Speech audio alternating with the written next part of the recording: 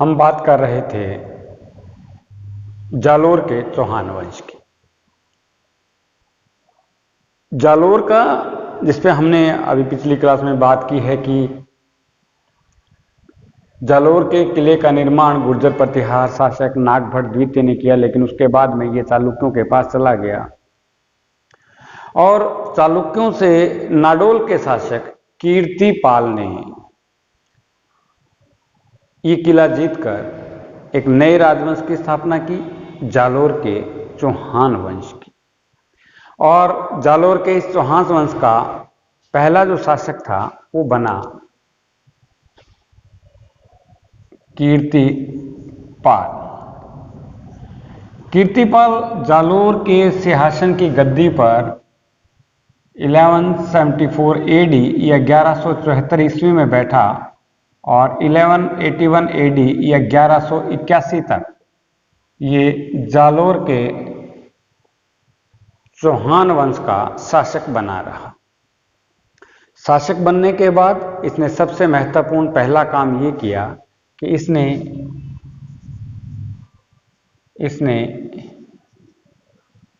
महाराजा धीराज की उपाधि धारण की और इसने अपनी राजधानी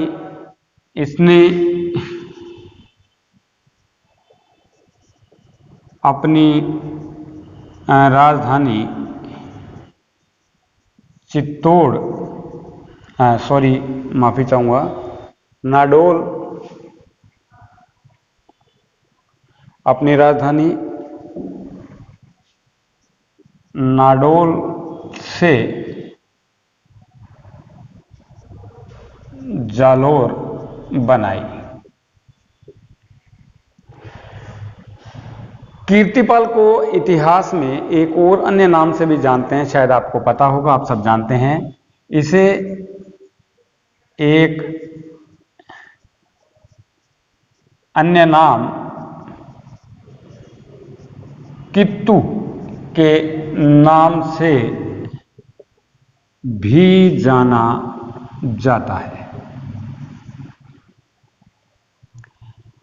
कीर्तिपाल ने मेवाड़ पर अटैक किया। अपने साम्राज्य को मजबूती और अपने साम्राज्य की सीमाओं को बढ़ाने के लिए इसने मेवाड़ के शासक सामंत सिंह पर आक्रमण कर उसे पराजित किया और चित्तौड़ को विजय किया। इसने सामंत सिंह पर अटैक किया, जो उस वक्त मेवाड़ या चित्तौड़ का शासक था। सामंत सिंह के बारे में हम जब मेवाड़ की बात करेंगे तब बात करेंगे, हम उन पर डिटेल में वहां बात करेंगे। अभी हम जालोर की बात कर रहे हैं, तो जालोर में कीर्तिपाल ने मेवाड़ के शासक पर आक्रमण करके उसको हराया और चित्तौड़ को जीता। इस विजय के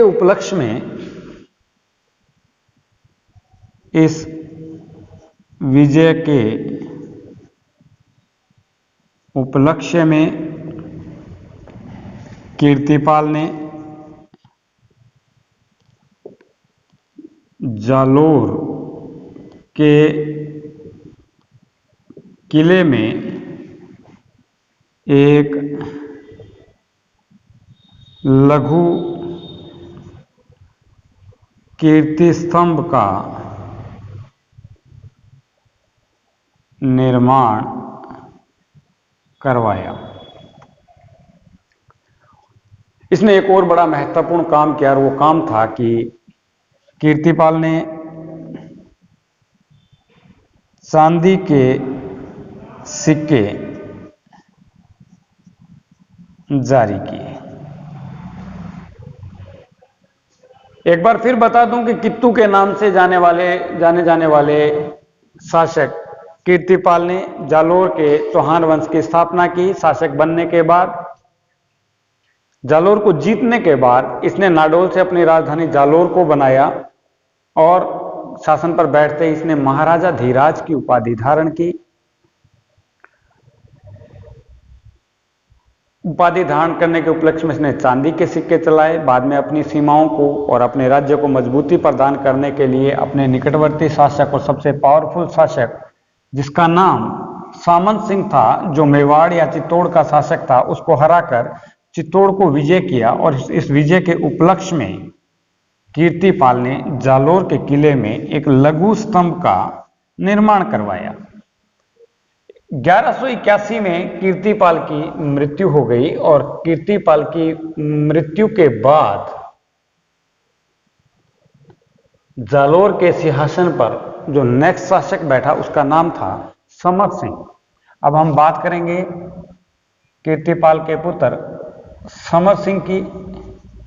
ये 1181 ईस्वी में जालोर की गद्दी पे बैठा और 1205 ईस्वी तक जालोर के सिंहासन पे रहा।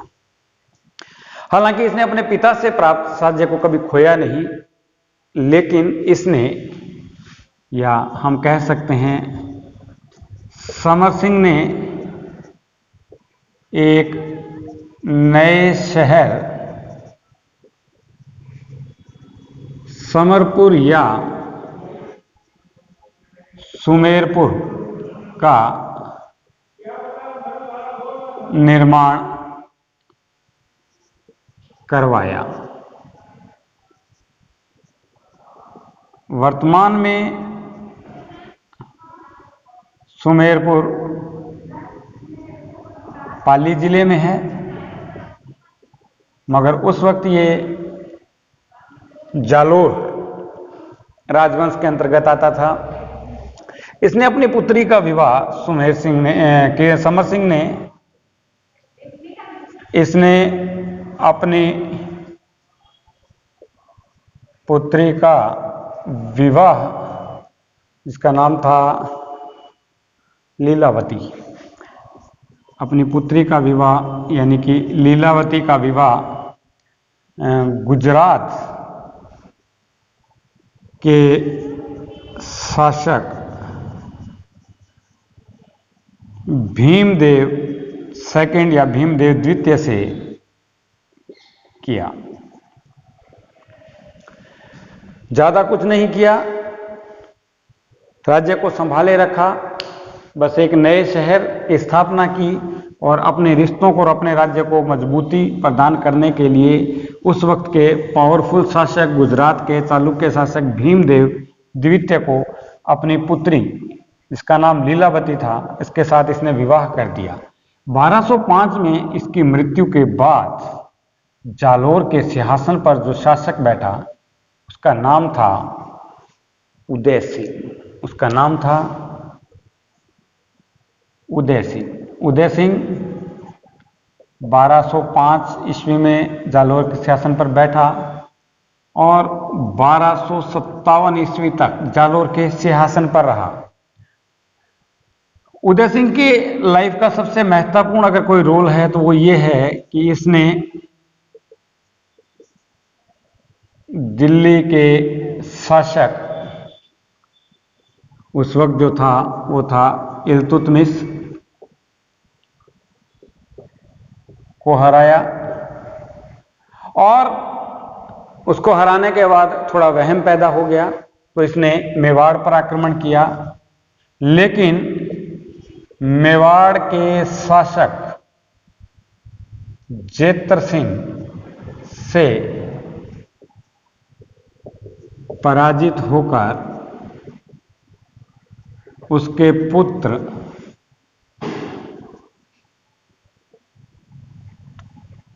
तेज सिंह के साथ, उसके पुत्र तेज सिंह के साथ अपनी पौत्री, इसका नाम था रूपादे या, और रूपकंवर, का विवाह किया।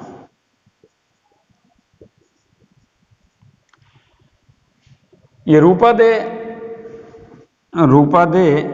उदय सिंह के पुत्र चचिक देव की